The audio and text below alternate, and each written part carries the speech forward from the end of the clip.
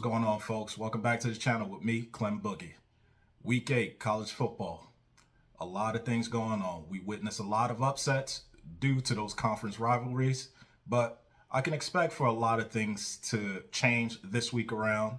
I'm looking for a lot of bounce back games as a lot of the injured players return this week and hopefully get their teams respectively back on track. But you know how I give it up on this channel. 4 picks, 1 upset alert. Let's make this money. First game up is Syracuse versus Clemson. Both teams come in sporting undefeated records. Dabo Swinney seems to have his boys playing very good football. They're a well-oiled machine, competent on both sides of the ball. He seems to have the type of style that seems to be very productive thus far these past several weeks. The surprise of the conference is one Syracuse. They have a competent quarterback. He's pulling his weight. He's manning the offense, and they also too come in sporting undefeated record.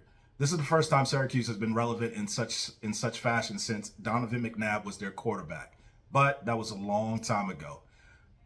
Tomorrow, as we see it, Saturday, they're coming into Death Valley, coming in as the underdogs, 13.5-point underdogs to be exact. I look for Clemson to pull away in the late stages of the game.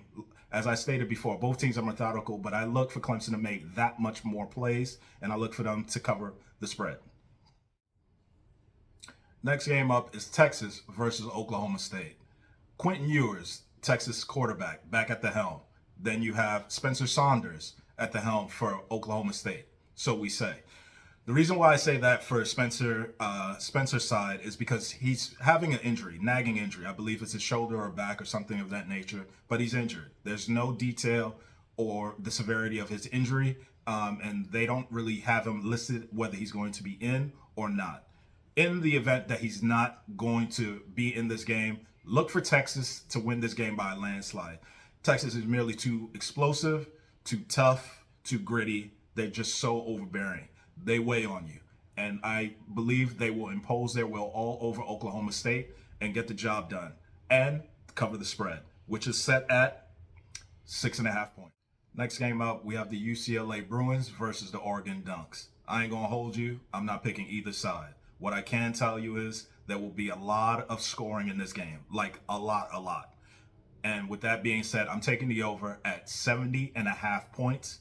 Just look for Chip Kelly to pull out all kinds of trick plays.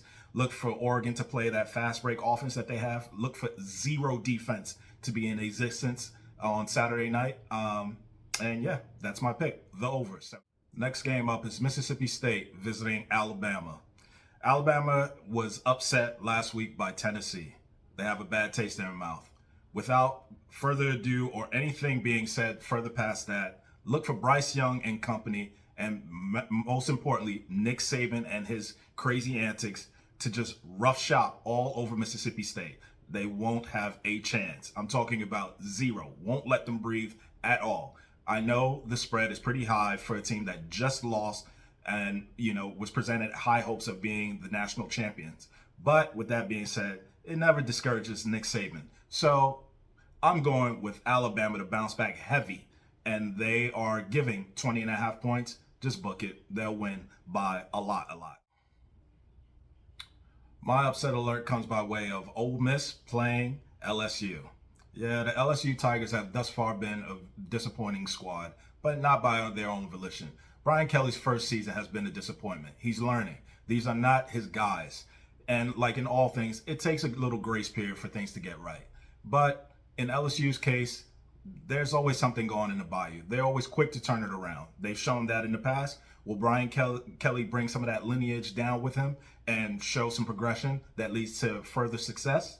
On the other side, you have Ole Miss by Lane Kiffin. Used to be a poster boy. He's been all over. You love him, you hate him. He's going to make the game fun. He has his sound bites. People will have all their comments, and he receives it and takes it. He's one of those guys that can take it and dish it out as well. But with all that being said, I look for LSU to upset Ole Miss. And that's saying a lot because Ole Miss, I believe, is ranked in the top 10, number 7 to be exact. And, they have high hopes. But I look for them to get derailed by the LSU Tigers. So that's my pick, LSU to defeat the Ole Miss. So we have 4 picks, 1 upset alert. I wouldn't advise taking this as a parlay. However, if you take it each as individual plays, you'll see some success. At least that's how I do it. But if you're feeling lucky, go ahead, press your luck. I know that bottom line number is what we all, are infatuated with, but doesn't mean that we're always going to win or hit. But I'm not shutting down your hopes. But anyway, you know how we do this over here. I enjoy doing this. When people ask me how I come about these picks or what's my method, there is no method. You pick.